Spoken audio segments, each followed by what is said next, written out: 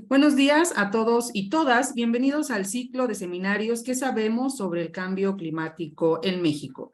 En esta ocasión estamos en el módulo 20, trata sobre la investigación sobre cambio climático en la UNAM, del Centro de Geociencias. Va a presentar el doctor Jaime Carrera Hernández del Centro de Geociencias de la UNAM y el tema es impacto de cambio climático en el sistema Cutzamala. Me voy a permitir leer su semblanza.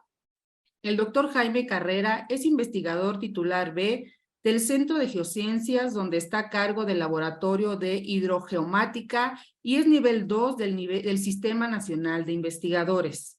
Es ingeniero civil y maestro en Ingeniería Hidráulica por la Facultad de Ingeniería de la UNAM.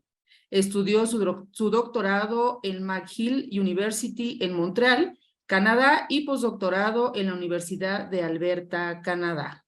Su línea principal de investigación es el estudio de procesos hidrológicos, por lo cual está interesado en el desarrollo de modelos numéricos para el análisis de procesos hidrológicos integrales, modelación numérica de flujos regionales de aguas subterráneas y desarrollo de bases de datos espaciales por medio del uso de sistemas de información geográfica y geoestadística.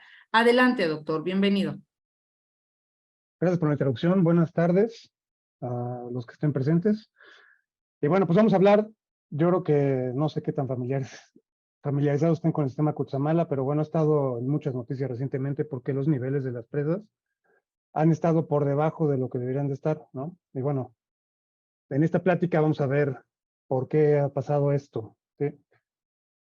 Ahora, primero, antes de hablar del sistema Cutzamala y del impacto del cambio climático en este sistema, necesitamos saber qué es una cuenca hidrológica. ¿Por qué? Porque es la unidad de estudio básica en cualquier estudio hidrológico, ¿sí? Entonces aquí tenemos esta figura que nos muestra diferentes cuerpos de agua. Esos cuerpos de agua forman parte del sistema Cutzamala. Este cuerpo de agua que tenemos aquí es la presa de Valle de Bravo, esta es Villa Victoria, y esta de acá es la presa del Bosque. Entonces, si nosotros queremos saber cuánta agua va a ser captada por esa presa, necesitamos hacer un balance hidrológico. Y para poder hacer un balance hidrológico, necesitamos determinar el parteaguas, que es el límite de la cuenca hidrológica. Entonces, para poder trazar una cuenca hidrológica, vamos a acercarnos a la zona de la presa del Bosque, y aquí podemos ver con mayor detalle la topografía. Ahora, ¿cómo delimitamos una cuenca hidrológica? Aquí lo que se muestran son las corrientes superficiales que se pueden formar cuando llegue a llover suficiente, porque hay corrientes permanentes y hay corrientes que no están fluyendo todo el tiempo. Y bueno, para poder delimitar una cuenca hidrológica, lo que necesitamos pensar es, si pasa una nube y llueve, ¿qué le va a pasar al agua cuando llueva? ¿No? Entonces, a ver, vamos a dibujar aquí una nube, ¿no? Tenemos aquí nuestra nube y está lloviendo.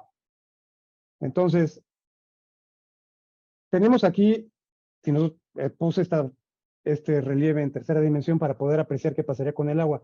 Si llega un aguacero que cae en esta parte, ¿qué va a pasar con el agua? El agua va a escurrir y eventualmente va a alcanzar esta corriente y va a llegar al cuerpo de agua, ¿no? Al lago formado por la presa del Bosque. Ahora, si llueve de este lado, ¿qué va a pasar? Pues el agua va a escurrir en este otro sentido y se va a ir para otro lado y no va a llegar esa agua a la presa del Bosque, ¿sí? Lo mismo pasa en esta zona o en esta otra zona. Ajá.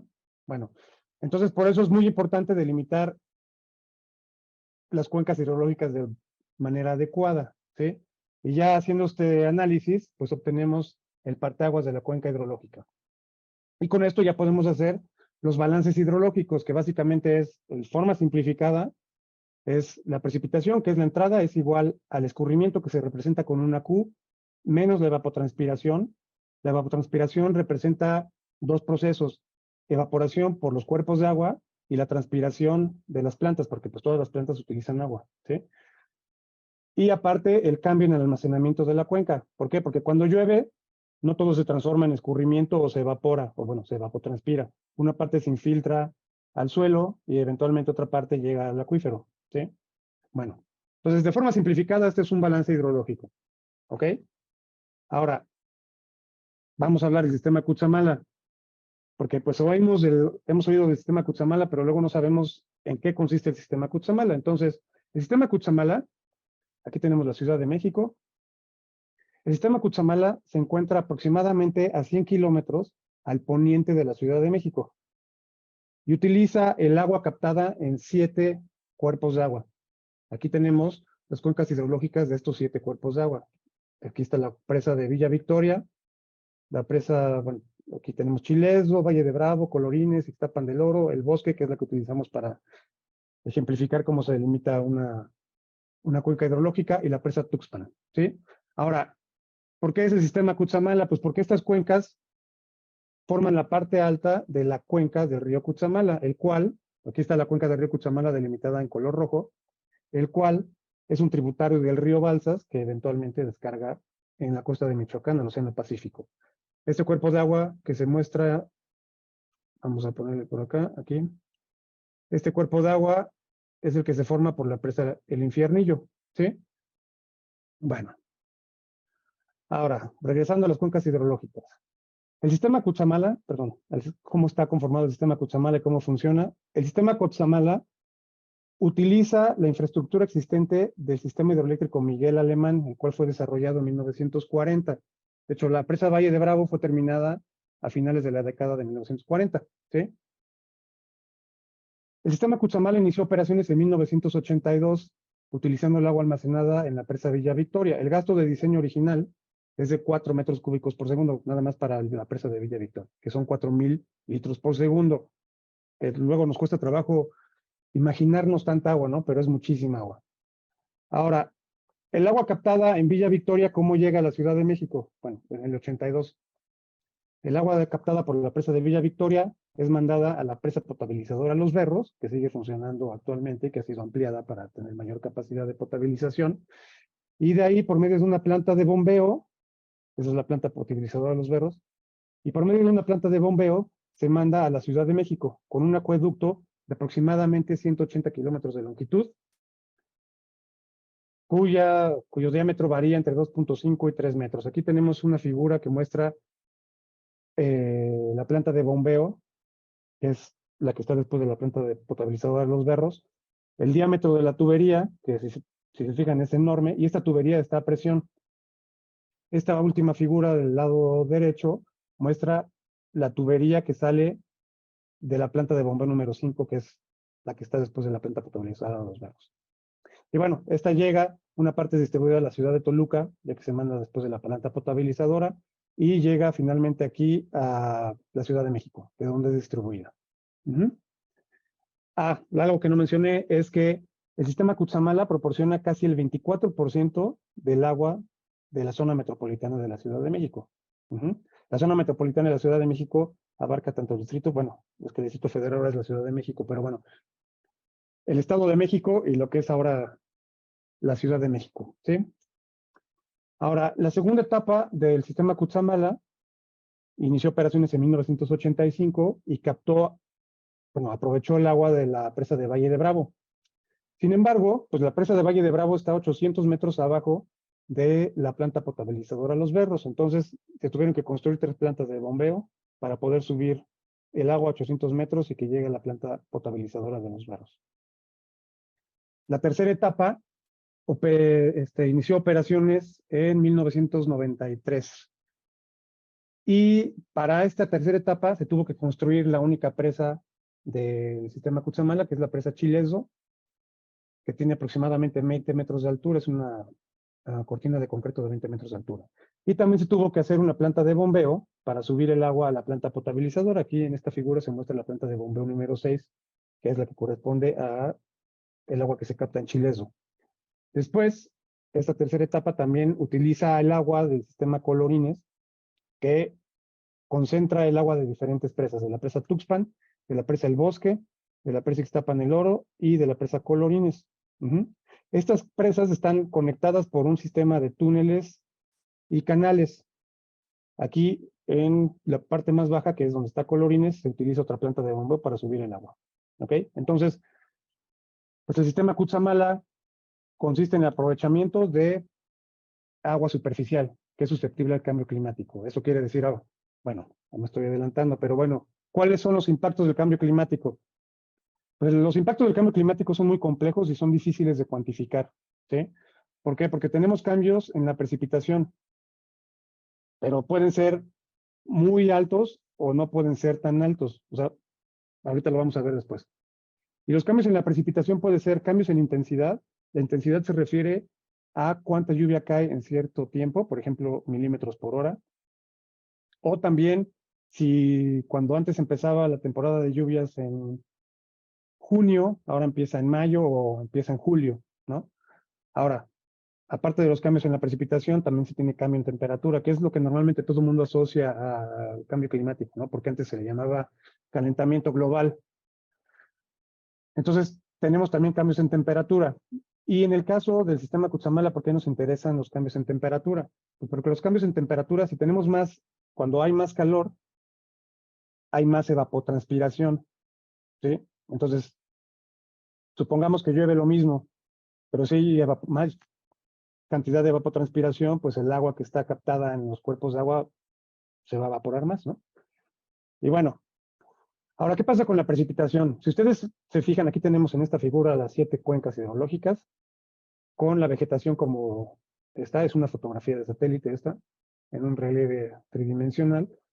Y pues nada más de ver esa figura uno se imagina que la precipitación no es igual, ¿no? Porque donde hay verde, pues hay vegetación, y para que haya vegetación necesitamos que haya agua, ¿ok?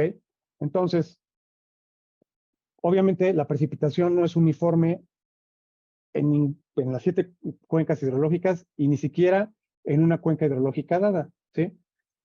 Por ejemplo, aquí tenemos la precipitación para el año de 1951, es la precipitación acumulada. Esto quiere decir que es la suma de toda la precipitación del 1 de enero al 31 de diciembre de 1951, ¿sí?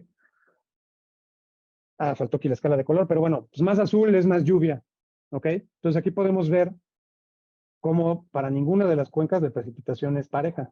Aquí, por ejemplo, tenemos, esta es la cuenca de Valle de Bravo, que tiene más precipitación en esta zona montañosa. Para la presa de Villa Victoria, la precipitación es menor que en el Valle de Bravo, ¿ok?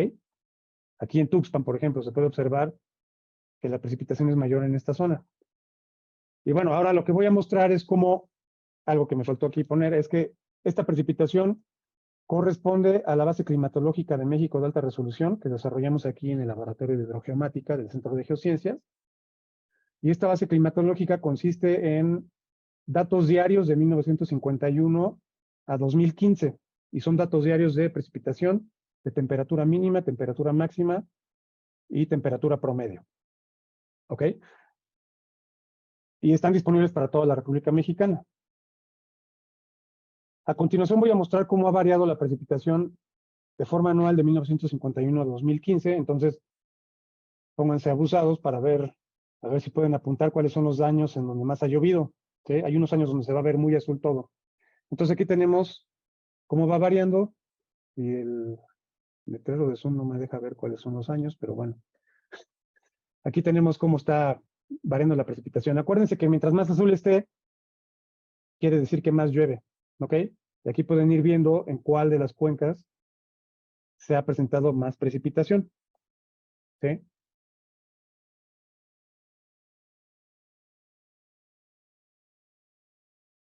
Esto es importante, considerar cómo varía de forma espacial la precipitación, porque en muchos estudios el problema, bueno, que se tiene es que se tienen estaciones meteorológicas que no cubren de manera adecuada toda la República Mexicana, y se tiene que utilizar geostadística para obtener este tipo de variación espacial. Esto es ya la variación espacial para el 2015, ¿sí? Entonces, a veces lo que se hace es que hay una estación meteorológica por aquí, supongamos, en Villa Victoria. Y entonces lo que registra esa estación meteorológica se considera qué es lo que sucede en toda la cuenca, y pues eso no es cierto. Entonces, por eso es necesario desarrollar este tipo de datos. Y si ahora nos enfocamos en Villa Victoria, para ver, ahorita ya vimos cómo varía de forma espacial, ¿sí? Y ahora vamos a cuantificar para Villa Victoria cómo ha cambiado la precipitación de 1951 a 2015, ¿ok? Entonces, esta es la variación anual de la precipitación para la cuenca de Villa Victoria. Entonces, aquí que pueden ver, si se fijaron, bueno, pues 1958 fue un año en el que llovió bastante en toda la zona. ¿Y cómo podemos decir si está lloviendo menos o más? Bueno, pues obviamente si cuantificamos aquí la lluvia, por ejemplo, para 2005, es mucho menor que la que se registró para 1958. Pero para hacer comparaciones, porque la temperatura siempre fluctúa igual que la precipitación, se utiliza una cosa que se llaman las normales climatológicas, que es el promedio de 30 años. Y para los estudios de cambio climático, lo que se recomienda es utilizar la normal climatológica de 1961 a 1990, que está mostrada con esta línea horizontal, ¿sí? Entonces, con esto podemos ver, pues a ver, en qué años ha llovido menos o más. Con eso se hacen estimaciones, por ejemplo, de sequía, que bueno, sequía no es nada más que llueva menos. Hay diferentes tipos de sequía. Aquí lo que podemos observar o determinar es la tendencia. Con esto, para poder determinar la tendencia, se utiliza la media móvil de 5 años, que es la que va a aparecer aquí. ¿Qué es una media móvil? La media móvil consiste en sacar el promedio de 5 años. Entonces, por ejemplo, para 1951 voy a obtener un valor, que es el valor del promedio de 1951 a 1955. ¿Sí? Luego, para el 56, pues voy a tomar el promedio de los 5 años anteriores, que es del 52 al 56, y así se va moviendo. Y por eso se dice media móvil. Entonces aquí podemos ver cómo evoluciona la media móvil en el tiempo. ¿Ok? Y con esto podemos determinar ya si hemos tenido épocas húmedas o épocas secas. Podemos observar aquí, al comparar la media móvil con la normal climatológica, que este ha sido un periodo pues, relativamente húmedo, porque tampoco fue muy superior a la norma climatológica. Pero lo que sí podemos ver es que a partir de 1978 la tendencia ha sido a la baja, ¿sí?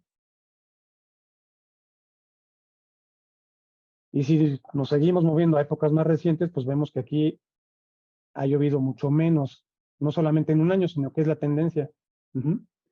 Y bueno, como ya mencioné anteriormente con los balances hidrológicos, el cambio en la precipitación no nos cuenta toda la historia de lo que está pasando, ¿sí? Uno puede decir, ah, bueno, pues está disminuyendo el nivel en las presas porque está lloviendo menos.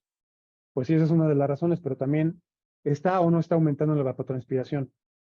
Y otra cuestión que no está considerada en este balance simplificado que estoy poniendo es si hay o no hay extracciones de agua en la cuenca. Entonces, pues para poder ver cómo ha variado la evapotranspiración, si está aumentando o no, necesitamos también saber cómo ha variado la temperatura en este periodo. Y aquí se muestra cómo ha variado la temperatura mínima, la media y la máxima para los años, ¿sí? Estos puntos representan la temperatura promedio de cada una de estas variables para todo el año. Entonces, a ver, ¿eso qué quiere decir?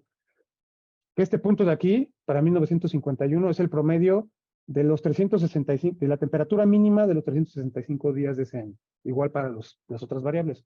¿Ah? Y bueno, pues, ¿qué tenemos que hacer para hacer la comparación? Calcular la norma climatológica, que se muestra aquí. Ahora la extendemos para ver mejor cómo ha ido variando y calculamos la media móvil para ver por dónde se está moviendo esto. Aquí lo que podemos ver con la media móvil es que en esta época pues tuvimos un periodo más caluroso, ¿no? Luego tuvimos un periodo un poco más frío, bueno, cuando consideramos nada más la temperatura máxima, porque también tenemos aquí la temperatura mínima, que pues más o menos se mueve alrededor de la normal climatológica. La que más se mueve alrededor de la normal es la temperatura máxima, ¿sí? Entonces aquí sube, baja y luego vuelve a subir.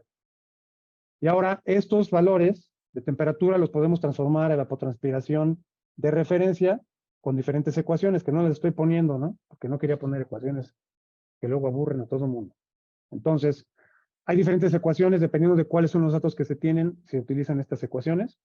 Y por medio de estas ecuaciones podemos calcular la evapotranspiración de referencia, que sería la evapotranspiración máxima que puede ocurrir. ¿Ok? Y aquí podemos ver que en la época pues, más calurosa, correspondiente con la variación de la temperatura máxima, se tienen valores altos de evapotranspiración, inclusive más altos que en épocas recientes. ¿Sí? Pero, ¿qué es lo que tenemos? Bueno, aquí tenemos la norma climatológica, luego cómo varía. Y ahora, para contar la historia completa, pues necesitamos hacer el balance hidrológico, que vuelvo a repetir, este es un balance hidrológico simplificado. Hay que mejorarlo, pero es una primera aproximación. Y pues lo que tenemos en estas líneas azules es la disponibilidad de agua, que esto ya corresponde al balance de diario, al balance hidrológico diario. Aquí estoy mostrando el resumen anual. Entonces, ¿eso qué quiere decir? Que se hizo el balance hidrológico diario, y obviamente si la transpiración es mayor que la precipitación, pues ahí el balance hidrológico es igual a 0. No va a ser negativo, ¿ok? Porque no se va a evaporar lo que no existe. Ajá. Y entonces lo que nos queda es esta cantidad de agua que puede ser aprovechada, ¿no? O disponible. Tenemos aquí la normal. Y pues si se habían imaginado que esto se iba, esta disminución en la cantidad de agua se iba a acentuar, pues sí estaba medio en lo cierto, ¿no? Podemos ver que la tendencia hasta 1985, por ahí iba cerca de la normal climatológica, pero a partir de 1985 baja, ¿sí? Y esto, bueno, pues el gasto de diseño, como lo dije anteriormente, para la presa de Villa Victoria es de 4 metros cúbicos por segundo. El gasto equivalente de 355 milímetros en esta cuenca, que tiene como 680 kilómetros cuadrados de área, es de 6.95 metros cúbicos por segundo.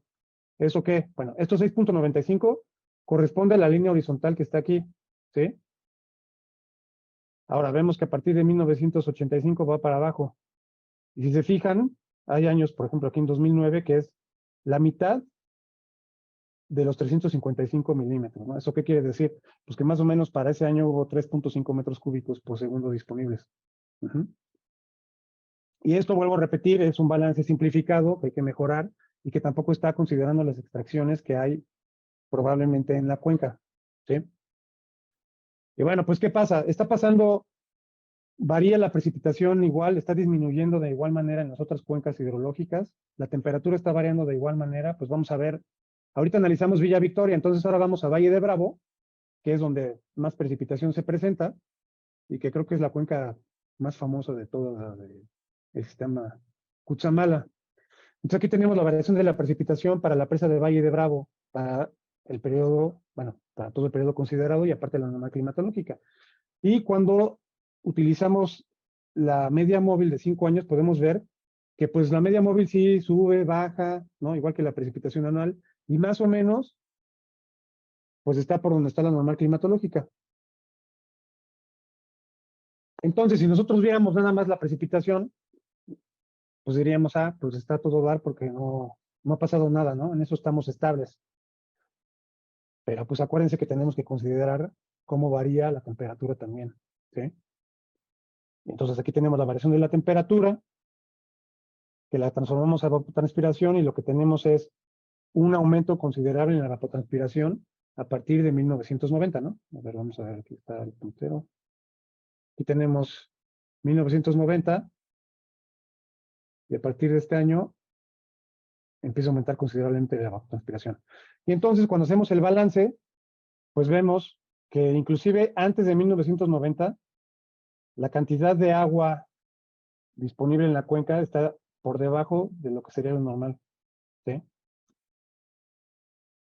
Y bueno, pues esto lo comparamos con Villa Victoria y podemos ver las diferencias, ¿sí? Entonces esto sirve para ver que el cambio climático no está afectando, o bueno, la variación, no está afectando de manera igual a estas cuencas que están pegadas, ¿sí? En una no disminuye la precipitación, ahí va con respecto a la normal climatológica, pero en otra, en Villa Victoria, sí disminuyó considerablemente. Sin embargo, al considerar los cambios en la temperatura, pues vemos que la precipitación no cuenta toda la historia, ¿no? Y bueno, pues vamos a concluir la plática. Algo que me gustaría mencionar es que, pues para poder hacer este tipo de análisis es indispensable tener registros climatológicos históricos. Y lo que es una pena es que a nivel mundial está pasando esto, que pues que recortan el presupuesto en todas las redes de monitoreo de cualquier variable, ¿no?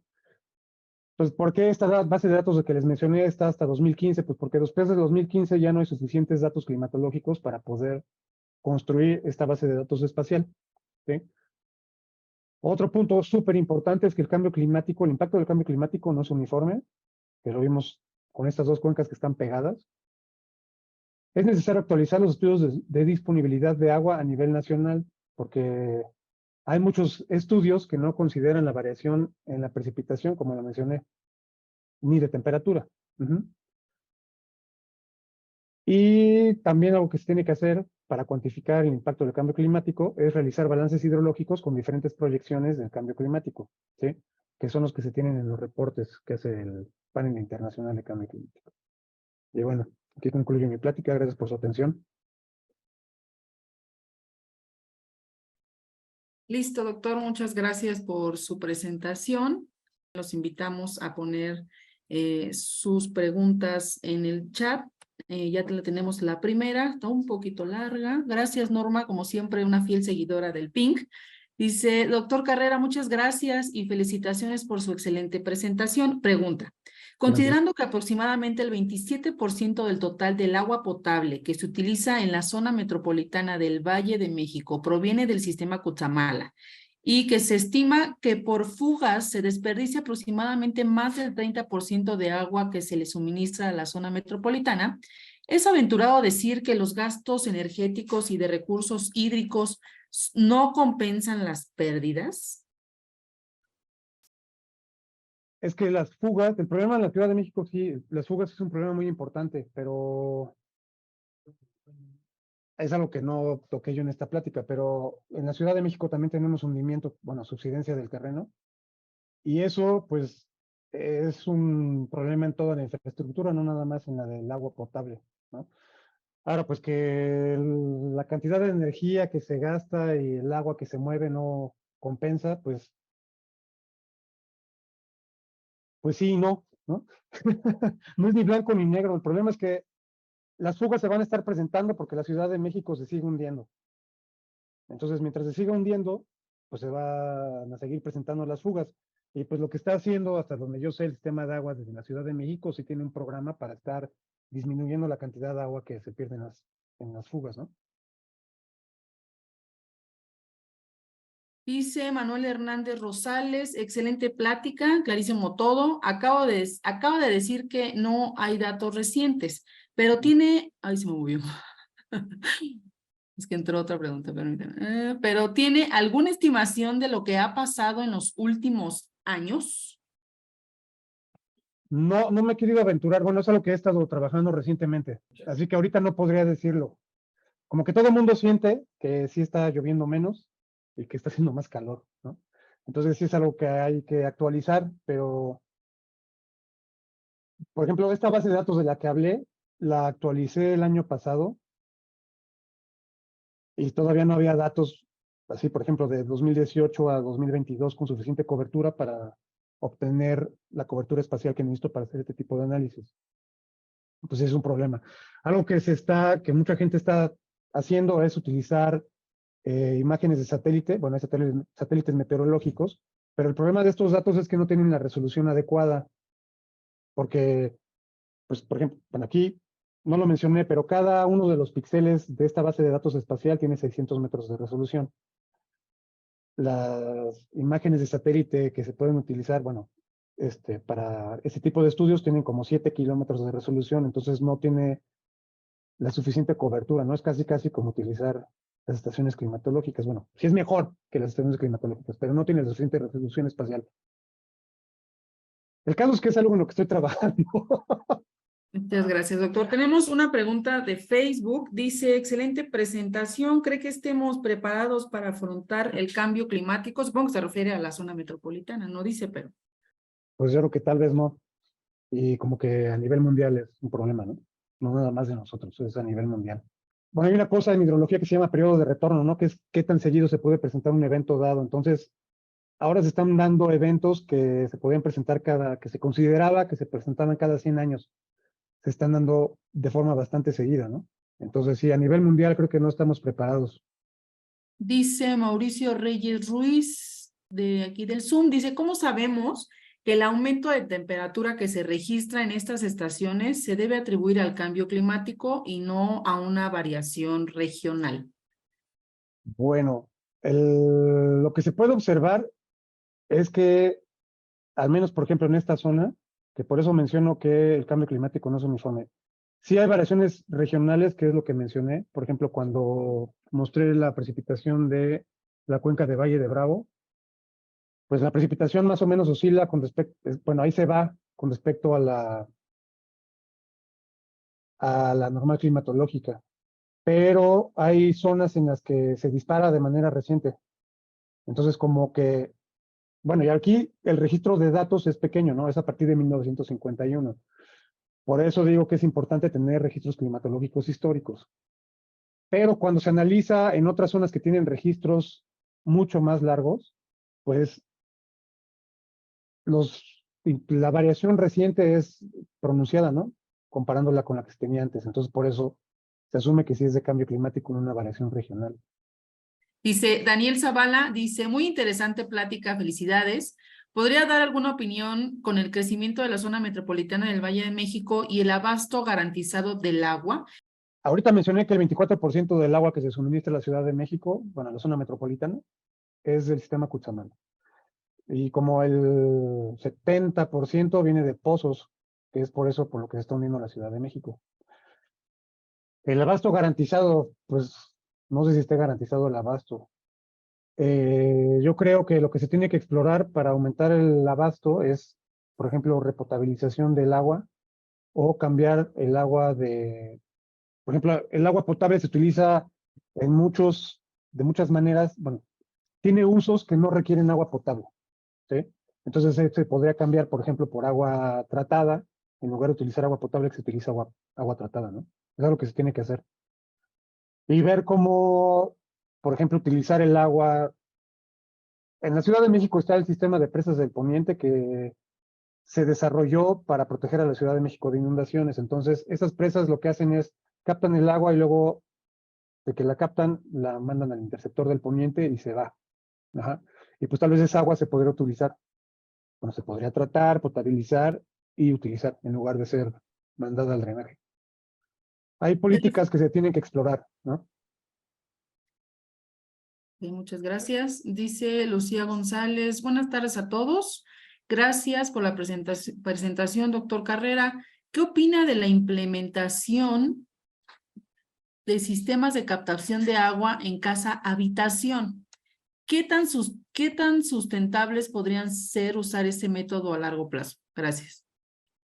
Yo pienso que es algo que se puede hacer y en la Ciudad de México hay zonas en las que llueve mucho, por ejemplo, en la zona de la Jusco, este tipo de sistemas podría ser implementado fácilmente, ¿no? Es algo que tenemos que, por ejemplo, en Australia, pues muchas casas tienen este sistema de captación, es algo que podemos ver cómo lo implementaron en esas zonas y adaptarlo a nuestra realidad. Pero sí, sí es factible.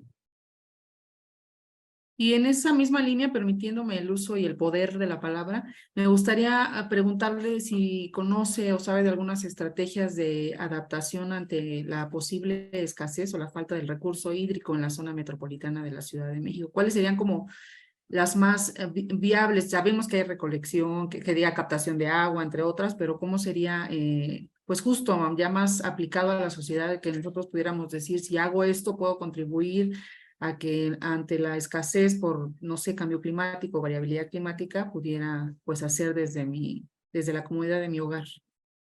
Bueno, pues tal vez hacer un uso más racional del agua, ¿no? Por ejemplo, hay zonas en las que uno camina y está la gente regando las banquetas para limpiarlas con la llave completamente abierta.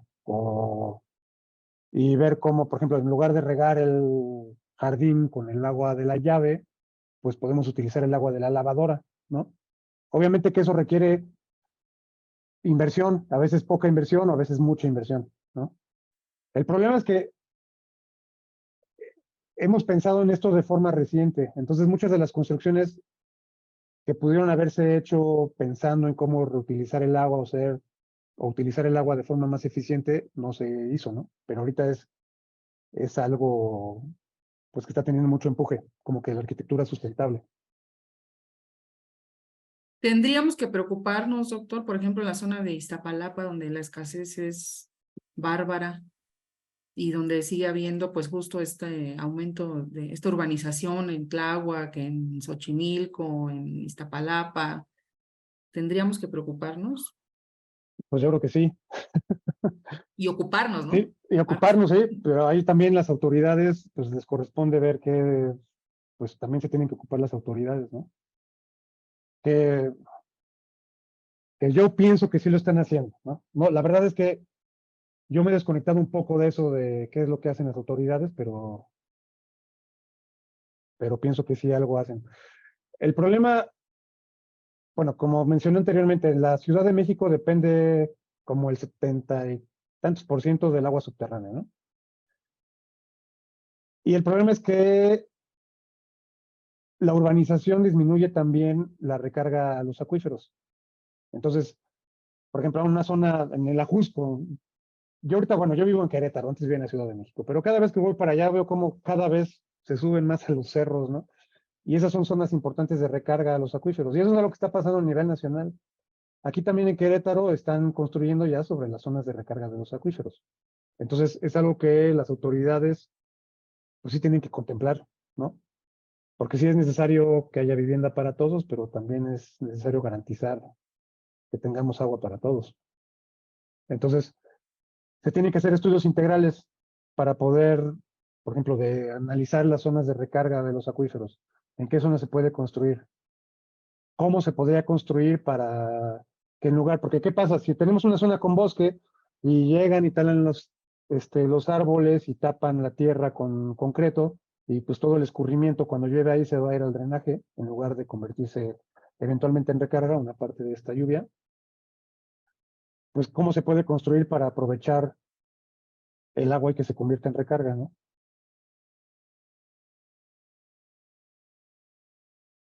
Tenemos otras dos, todavía tenemos tiempo. Dice, buenos días, sobre el uso de agua del sistema Cutzamala para industria o agricultura, ¿sabrá qué tanto se ocupa para estos rubros? Hasta donde yo sé, es únicamente para uso doméstico, porque muchas, también hasta donde yo sé, es que la mayoría de las industrias tienen pozos. Entonces, hasta donde, bueno, según yo, del sistema Cutzamala nada más es para uso doméstico, bueno, público. De Facebook nos dice Lía Gutiérrez, buenas tardes, considerando el poco trabajo de parte de las autoridades al respecto, ¿cómo considera que la población puede afrontar las consecuencias de la escasez de agua y cómo se puede acercar a más personas a estos métodos para afrontar la misma escasez? Bueno, es que yo pienso que para que se pueda afrontar la escasez tiene que haber un trabajo conjunto de la sociedad con las autoridades, ¿no? Porque al final de cuentas uno como usuario depende del agua que nos suministran en la red de agua potable. Entonces, pues yo creo que como sociedad y nosotros también como académicos, pues tenemos que tratar de hacer conciencia de lo que está pasando, ¿no? Eh, es también algo que creo que es importante de que existen estos foros, porque se le da importancia a este tipo de estudios, que desafortunadamente a veces acaban nada más como ejercicios académicos, ¿no? Porque pues uno no tiene la capacidad de implementarlos como la autoridad lo tendría. Dice, felicitaciones por su trabajo, muy padre. ¿Cómo se compara en magnitud el término de la infiltración al subsuelo con la ET, escurrentía y la precipitación al calcular el balance de esta zona? Ujú. Bueno, después de la precipitación, la variable que más importa es la evapotranspiración. Y aquí el chiste es que, bueno, lo interesante es que la evapotranspiración es súper difícil de medir y de cuantificar, ¿no? Entonces es algo que también es una línea activa de investigación. Y bueno, es después de la precipitación la segunda componente del balance hidrológico. Después es el escurrimiento y después la infiltración. Y parte de la infiltración es lo que eventualmente se convierte en recarga a los acuíferos. Entonces, por eso es importante proteger las zonas de recarga, porque si de por sí es poco bueno, el porcentaje de lluvia que se convierte en recarga es poco y luego tapan las zonas donde se puede recargar el acuífero, pues es de suma importancia. El problema es que pues, los acuíferos no los vemos, ¿no? Entonces, no sabemos realmente el impacto que tenemos en los acuíferos. Sí se puede ver, porque los pozos, los niveles de los pozos cada vez están más profundos, más profundos, más profundos, más profundos, ¿no? Y eso qué quiere decir que estamos usando mucha agua, más agua de la que se recarga, Y aparte, pues estamos tapando las zonas de recarga. Pero bueno, eso también, ya estoy repitiendo lo que había dicho anteriormente. Muchas gracias, doctor. Creo que ya no hay otra. Voy a ver. En Facebook ya no tenemos. Y... No, ya son todas las preguntas. Si no hay más preguntas, le pediría que nos diera su reflexión final acerca de su trabajo y si nos pudiera regalar su correo electrónico en el chat para las personas que estén interesadas en el tema y que quisieran ahondar más o preguntar algo, pues podría ser este espacio, pues justo ese contacto, ¿no? Ok. Bueno, pues para cerrar, aparte de las conclusiones, ¿no? Es algo que dije ahorita en mi última intervención, que sí es necesario que existan este tipo de foros para poder mostrar lo que nosotros como académicos hacemos, ¿no? Y también acercar nuestro trabajo a la sociedad para poder ver cómo todos juntos logramos tener impacto en las autoridades, ¿no? Y que se puedan llevar a cabo acciones para mejorar la situación, como por ejemplo proteger las zonas de recarga de los acuíferos, ¿sí? Bueno, y mi correo electrónico está aquí en la diapositiva, es jaime-carrera@geociencias.unam.mx. Y bueno, pues este tipo de estudios, ahora sí un anuncio, pues los estamos haciendo aquí a nivel nacional y pues si alguien está interesado también, aquí estamos recibiendo estudiantes de maestría y de doctorado que tengan interés en este tipo de estudios, que obviamente se pueden ampliar mucho más. Este es, como lo mencioné en las diapositivas, pues mostré un balance hidrológico simplificado, ¿no? El cual tiene que ser mejorado, pero es una primera aproximación para ver cómo están las cosas. Dice Daniel Zavala, ya la última y nos vamos. Dice, ¿cómo identificamos una zona de recarga? Gracias. Ok. ¿Cómo identificamos una zona de recarga? Bueno, pues paso número 1 tiene que llover, ¿no? Y para que se pueda recargar el acuífero, tiene que haber un suelo que sea poroso, ¿no? Por ejemplo, la zona del acuífero la zona del acuífero. La zona sur de la Ciudad de México, en el Ajusco, es la zona idónea para recarga del acuífero. ¿Por qué? Pues porque tiene suelos que son porosos. Es donde más llueve en la Ciudad de México. Y abajo del suelo tenemos basaltos fracturados, que es por donde puede circular el agua que se infiltra fácilmente y llegar al acuífero. Entonces, ¿cómo identificamos las zonas de recarga? Precipitación, suelos permeables y geología que facilite la circulación del agua.